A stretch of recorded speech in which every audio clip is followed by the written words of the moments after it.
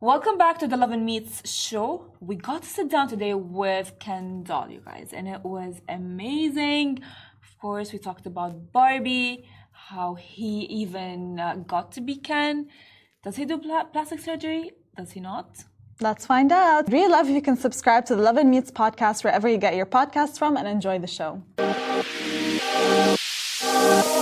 Welcome back to the Lovin Dubai show. Today's guest is Adnan Zafar, of course known for his striking resemblance to the iconic Ken Doll, and has become a social media sensation. But of course, there is more to his journey than meets the eye. So welcome, Ken Doll, and thank you so much for coming in. By the way, guys, if you don't know, Ken came in with Pakistani treats. Yes, I did. Oh my gosh, thank you so much, firstly. Thank you so much. Pleasure is mine because I have a massive respect and love for Lovin Dubai from the longest time. I'm the oldest person who's following the channel. Really? So I was like, yes, it is finally time to show my appreciation and love to your team and to have me here. And, so I was just like, let's start the day with a sweet treat.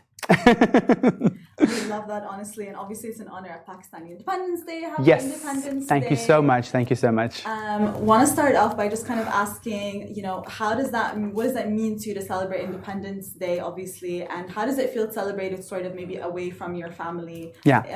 Tell us a little I believe I will tell you, I had one of the best Independence Day here in Dubai this time because on Sunday we had a very massive event in World Trade Center that was from the Pakistan Association of Dubai. So we had so much fun there. We had almost 15 to 20,000 people that came in. It was a 12-hour long show. Yeah. So I had a flight. I just landed around like 1 p.m. and I was like, I need to get fresh and go there. I had such a great time, and people who were performing were actually kind of friends because I know a lot of people in media. So we had a very good time. But yes, celebrating back home is a different vibe. You go out, you have fun with friends and stuff. But being in Dubai for 13 years, I believe I have already made a new family here. And everybody is alone here. They want to make a family. They want to engage with people. So I have made my amazing family already, family friends, I would say.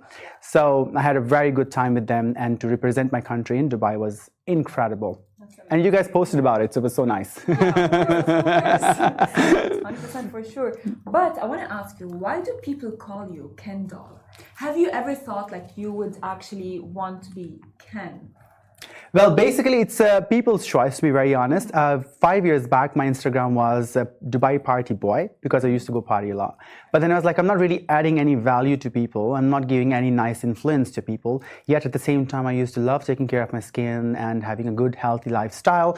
And everybody would tell me in the parties, like, hey, you look like a Ken. You're tall. You have a very good body, face shape, and everything. I was like, that could be a very good selling point. Wow. So I changed my username, and literally within a week, I started to get invitations from different clinics to come over, try the services and do the stuff, and that really brought me to a next level where I went internationally to Turkey. Then I worked with so many doctors on different treatments. So many treatments that were introduced in Dubai were done on me first.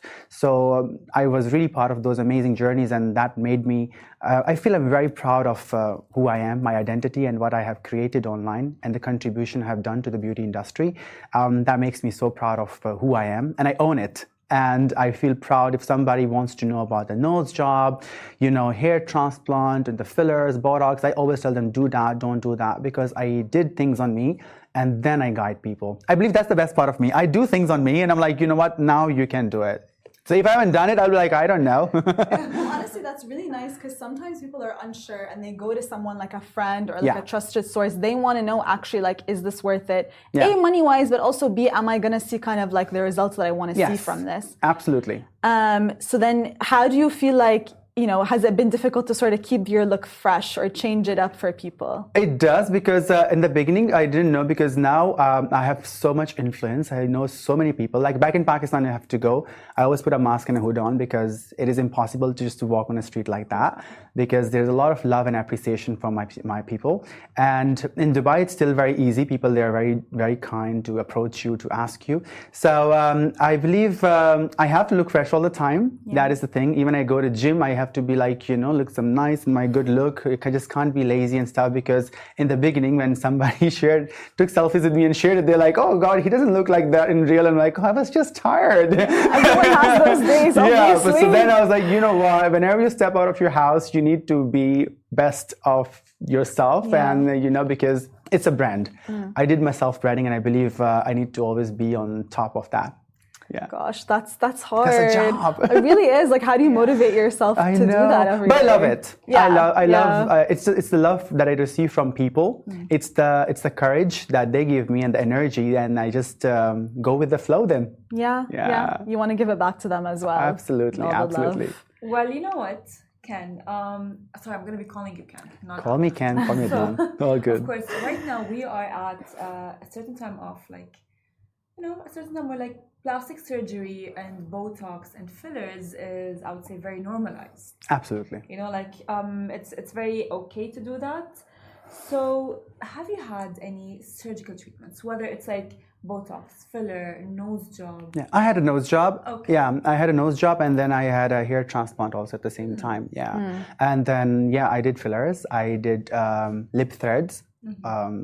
It's the different form of the fillers instead, and of course the Botox, because Botox is something that is, I would say, is actually good for you, because sometimes unconsciously you just move your forehead so much, or you just smile so much that you start to get those deeper lines, and when the lines are deep, there's no way of helping them to get back.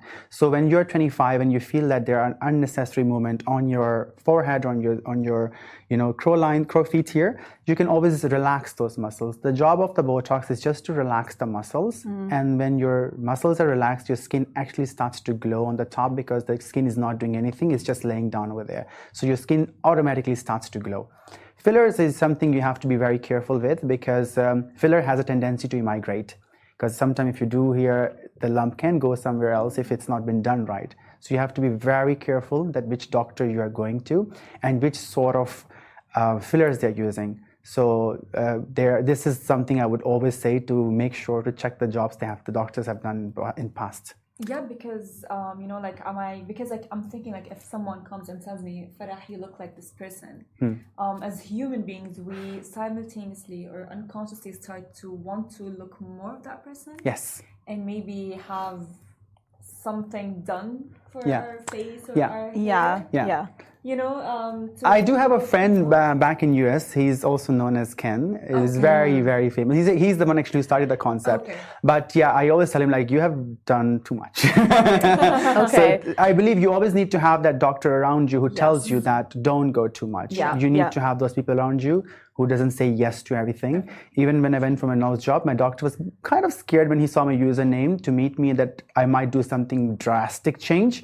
But when I told him I need this and this things to be fixed, and he was like, oh, I'm so happy to meet you that you want to stay in your natural look, and you just want to enhance, and you just want to make it perfect side profile, and that was the main thing. So I believe the doctor should always tell you that it's too much, you need to stop. And I believe that's the right doctor you should go to. Yeah, I think honestly having trusted sources around you is so important, especially in a time where we're obviously seeing celebrity influences are so huge, right? Like there's filters and there's things on TikTok where like, what is your celebrity look-alike? And some of the resemblances are really, really uncanny, honestly. So it kind of feels like, oh, wow, if I can sort of achieve a similar look, then like, why wouldn't I, right? Absolutely. But I think finding the balance is super important. On that note, then, do you feel like there have been any sort of influences in your life that you've drawn inspiration from, let's say? To be very honest, I have never tried to be someone else. Okay. I've always tried to be myself, because people, they always say me like, oh, the real Ken is blonde. I said, yeah, good for him. But I'll just be myself the way I like, the way I feel comfortable. I can still be a perfect example, but still I won't do something that is not actually me. And I believe I took it as a lifestyle for being very healthy. Now, whenever I sometimes my friends, they always tell me like, oh, my cousin was taking so much care of himself. I was like, you're just like a Ken doll, because I always share it. And I feel proud of it. I give knowledge. So I share every day with people on my stories. I'm 24 hours active on my stories to share that, what is the lifestyle, what you should eat, what you should drink, your skincare, even small things that you can do. And I believe that children are also using a lot of social media nowadays, and influence is crazy. So I was very surprised. My doctor was telling me there was a 17-year girl. She came and she was like, oh, I started to use retinol. But I was like, you're too young for retinol. You shouldn't use retinol, because retinol you should use when you're 27. because it's something that helps you to reduce wrinkles, and you're still nourishing right now. So kind of this influence, you have to be very careful what you put out. I always specify things to my followers that this is for this age, this is for this age, because you have young children watching you, and it's a responsibility as an influencer, as a beauty influencer, that you influence the right things and give a right knowledge to people. Yeah, big time. Yeah. Do you feel like then you sort of faced any backlash? Oh, I did face a lot of backlash the moment I changed my username. They were like, you're going too extreme. And it really came out when I started to speak my language on TikTok. And I got a lot of backlash. Literally, people would make videos on me and everything and all.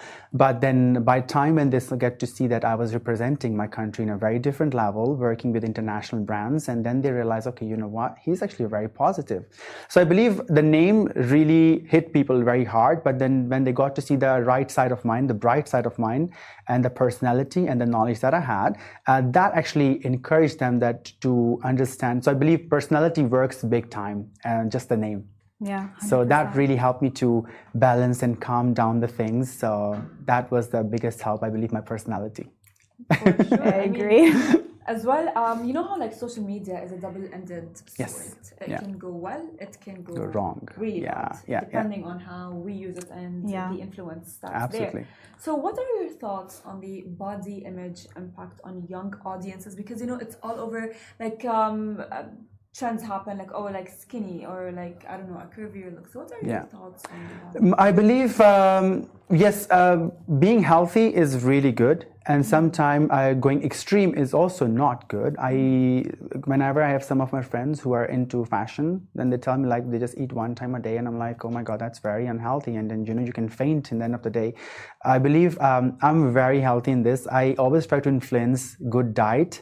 And I even show my snacks to people, so to encourage that you can always have a right diet and be happy in yourself. Yes, I believe my body haven't changed in 15 years, and I'm really proud about it. So I believe you shouldn't look at how people look. You should just see how you feel comfortable wearing something, being in yourself and being in your skin. There's a lot of trend also in our region, I would say, or in Asia, where people, they want to get the drips done to change the complexion. And I believe that's very dangerous, especially those injections.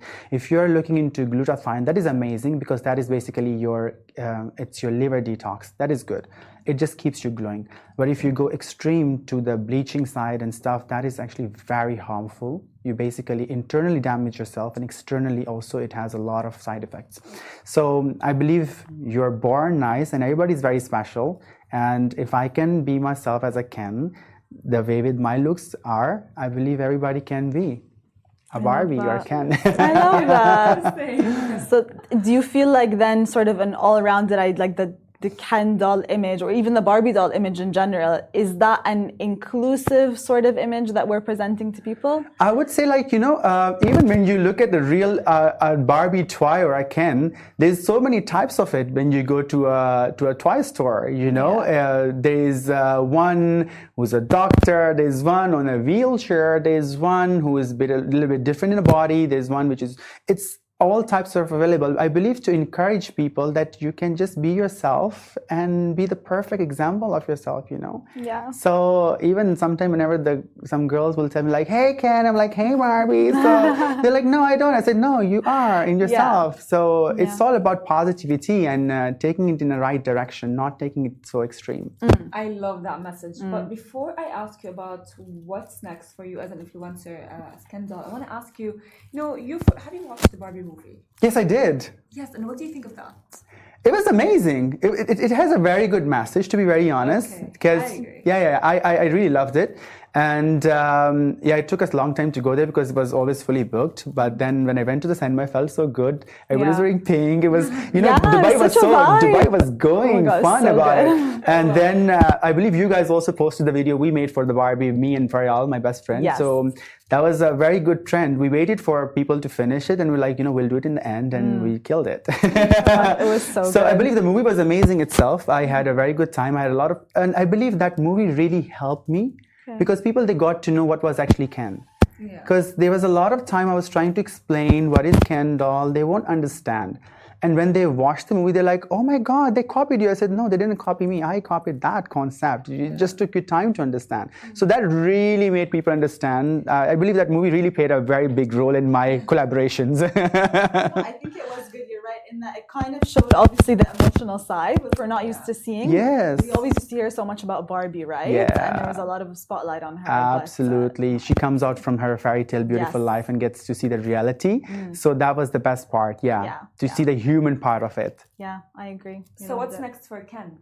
That's next for me. For the Kendall persona, what's next for the Kendall? Well, I am always very much representing my company, my country, and that makes me very proud individual. And what's next for me is actually I am working on launching my own brand for skincare, because I've worked with a lot of different brands till now, and I know what is right, what is wrong, what works well for people. So I'm really working on it. By next year, for sure, we'll launch that. So we'll send you the items across. Try it. We would love to. Well, thank you so much, Ken, for joining us today. And thank you, Barbie Ranim, for joining me. Thanks, guys. We are in a Barbie-themed episode. Yeah, and we loved it. Thank you so much for having me. And thank you all for tuning in. Don't forget, guys, we go in podcast form and subscribe to our newsletter. See you next time. Same time. See you. Bye.